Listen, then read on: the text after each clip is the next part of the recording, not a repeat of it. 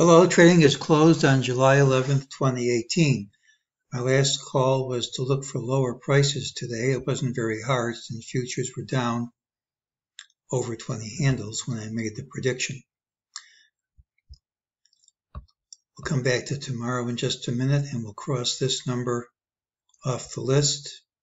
Support, resistance, we still have some other numbers that should print. That doesn't mean they have to print anytime soon. During the day, MEJT said ultimately higher prices would print, said the move was false, would retrace, said that drop was too much and we'd come back, which we did. Nothing left over unsatisfied for tomorrow's trade.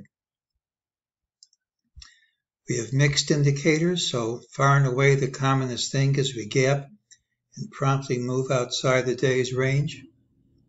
Next most common, not really rare, is that we close a little change, have the big move on Friday, and least common by a large margin is that neither one of those things happen. We gapped down, hit lower lows, couldn't hold them. This close is over this low and over these lows.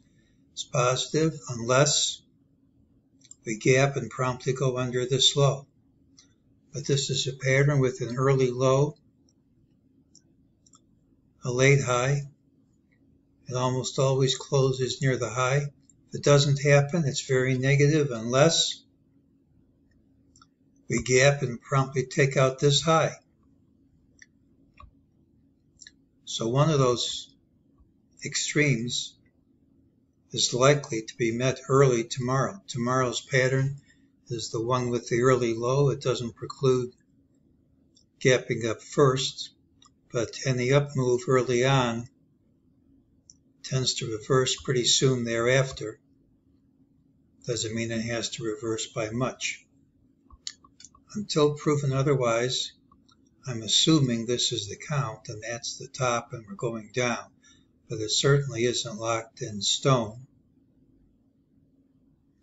This island reversal needs to be confirmed by going under today's close.